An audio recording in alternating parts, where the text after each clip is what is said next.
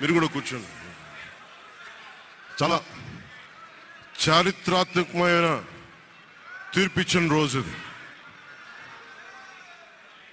ఏ మాటకైతే మనం కట్టుబడి ఉన్నామో ఆంధ్రప్రదేశ్ ప్రజలకి జవాబుదారీతనంతో ప్రభుత్వం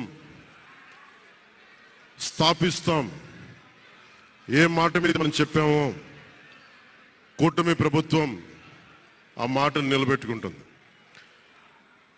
ఈరోజు మీ అందరికీ జనసేన పార్టీ ఆఫీస్ కేంద్ర కార్యాలయం నుంచి, ఈ వేదిక నుంచి ఒకటే చెప్తా ఉన్నాను మీ అందరికీ, వైసీపీ వైఎస్ జగన్ గారు కానీ వారు మన వ్యక్తిగతంగా నాకు శత్రువులు కాదు.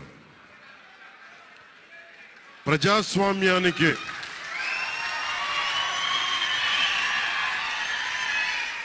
ఇది ఓడిపోయారు కదా అని చెప్పి జనసేన నాయకులుగా గుర్తుపెట్టుకోవాల్సింది. ఇది కక్ష సాధింపు సమయాలు కాదు, 5 కోట్ల మంది ప్రజల కోసం పనిచేసే సమయం ఇది. 5 కోట్ల మంది పైచిలకు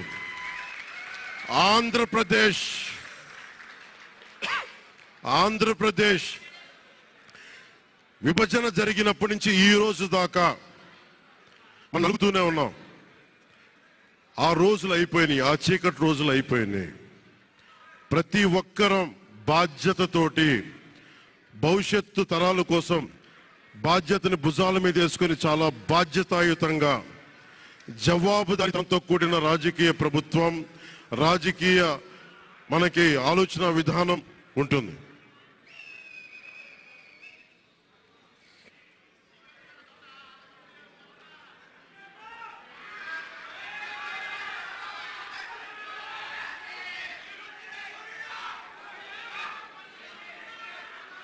నేను ఆలోచిస్తా ఉన్నాను ఒక క్షణం, ఏం మాట్లాడాలి ఈరోజు అని. ఒక నిమిషం, ఏం మాట్లాడాలి ఈ రోజున అనుకుంటా ఉన్నాను.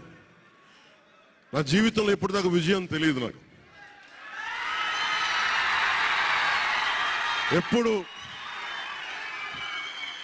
ఎప్పుడు ఒకే ఒకసారి సినిమాల్లో ఉన్నప్పుడు తొలి ప్రేమ అనే విజయం చూశాను.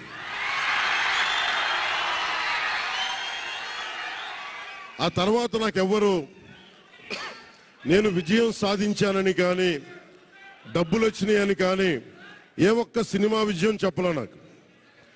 నా జీవితం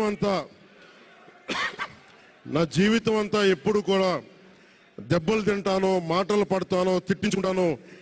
నేను ఎంత ఎదిగా నాకే తెలియదు. మీ గుండెల్లో ఈ రోజు నన్ను తీసుకొచ్చి 21 గెలిచే వరకు నాకే తెలియదు.